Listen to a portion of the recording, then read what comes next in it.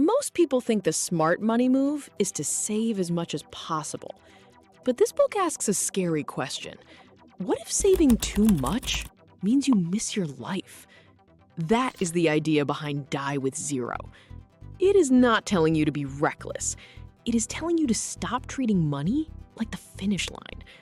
Money is only useful if it helps you live, love, grow, and do the things that matter while you still can. What hit me here is how many people stay stuck in fear mode. They keep waiting for the perfect time, waiting to feel safer, waiting until later. But later is not promised. And that is where the book gets interesting. Bill Perkins is not saying spend everything. He's saying use money with purpose. That shift sounds small. It is not. It changes the whole way you look at work, saving, and time. The big idea in this book is simple. The goal is not to die rich. The goal is to live well. That may sound obvious, but a lot of people live the opposite way without noticing it. They keep stacking money while their best years slowly pass by. Perkins calls this net fulfillment, not just net worth. That means your life is not measured only by what you own, but by what you actually get to experience. This is where Maya's point of view really fits. A lot of people do not need more pressure. They need clarity. They need to see that money is a tool, not a trophy. The book makes a strong case that every dollar has a life job.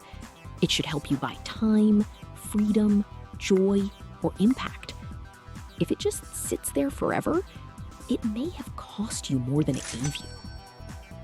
That is a hard truth, but it is a useful one. One of the smartest ideas in the book is time buckets. The idea is this: some experiences only make sense in certain seasons of life. You do not backpack the same way at 25 and 75. You do not raise small kids the same way when they are grown. Your body, energy, and choices all change. So instead of saying, I will do it someday, the book says, when is the right time for this? That question changes everything. This is where many people get trapped. They put all the good stuff in some far-off future. But the future version of you may not have the same health, time, or energy. What makes this idea powerful is that it brings urgency without panic. You start to see life in seasons. And once you see that, you stop treating your best experiences like they can wait forever. They cannot. This is the most memorable idea in the book: memory dividends. Perkins says that a good experience keeps paying you back long after it is over. A trip is not just a trip. A family moment is not just a day. A bold choice is not just a day on the calendar. It becomes part of your memory, your story, and even your identity. That is why this concept sticks. Some purchases disappear fast, but experiences can give you value again and again. Think about it like this. If you spend money on something that makes a great memory, you may enjoy it once in real time, then many more times when you remember it later. That is why the book pushes experience over pure accumulation. And I think this matters because so many people save for things that never become a real life. Memory dividends remind you that life is not only about what you keep, it is about what you live. The book also makes a very clear point.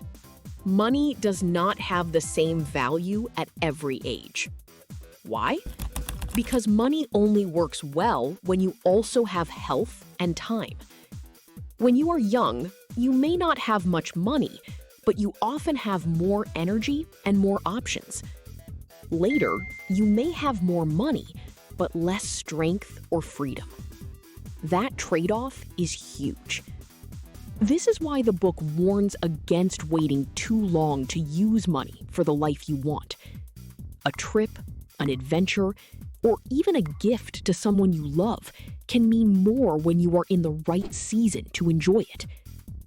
The simple lesson is this: think about all three together: health, time, money.